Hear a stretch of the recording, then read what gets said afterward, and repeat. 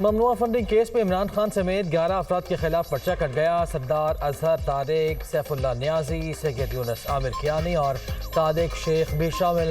Foreign exchange act کی خلاف ورزی کا الزام۔ پاکستان تحریک انصاف کا نیا پاکستان کے نام سے نجی بینک میں اکاؤنٹ تھا، مینیجر نے غیر قانونی کھاتہ آپریشن کرنے کی اجازت دی۔ ابراج گروپ آف کمپنی سے $21 لاکھ بھی اسی اکاؤنٹ میں آئے۔ FIR کا متن۔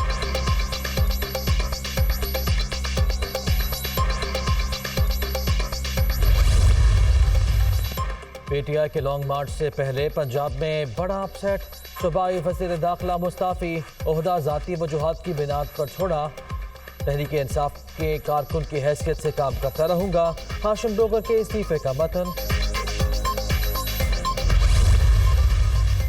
عمران خان ہاشم ڈوگر سے ناخوش تھے۔ 25 مئی کے تشدد میں ملوث افسروں کو سزا دلوانے میں ناکامی ہاشم ڈوگر کا جرم بنا۔ بطور وزیر داخلہ حمزہ شہباز سمیت کسی کے خلاف کوئی کارروائی نہ کر سکے۔ عمران خان کی ڈانٹ پر 15 دن قبل بھی ہاشم ڈوگر نے مستعفی ہونا چاہا، لیکن ساتھی وزراء نے روک دیا۔ اندرونی کہانی سامنے آ گئی۔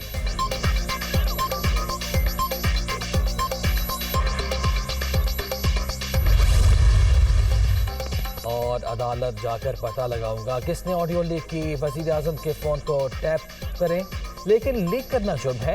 میرے ساتھ دشمنوں جیسا سلوک کیا جا رہا ہے۔